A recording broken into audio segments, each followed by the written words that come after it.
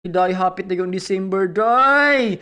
O mo adto ta sa plant, day, kay atong susihon kung naaba ang mga ulod kay delikado mahurot nila og kaon ang mga dahon sa plant, day. O kinahanglan, day, nga ato yung susihon atong mga tinanom, day, para dili mahurot sa mga insekto, day. Sama sa imong silingan, day, nga murag insekto, day. Oh, welcome to my video. Thank you for watching. O kay nagdagom naman sad ang panahon, nalipay ang atong mga plants kay magkainom na sila og water. O salamat na lang diri nga side nga gamay ra og hinay ra atong naangkon na bagyo, day.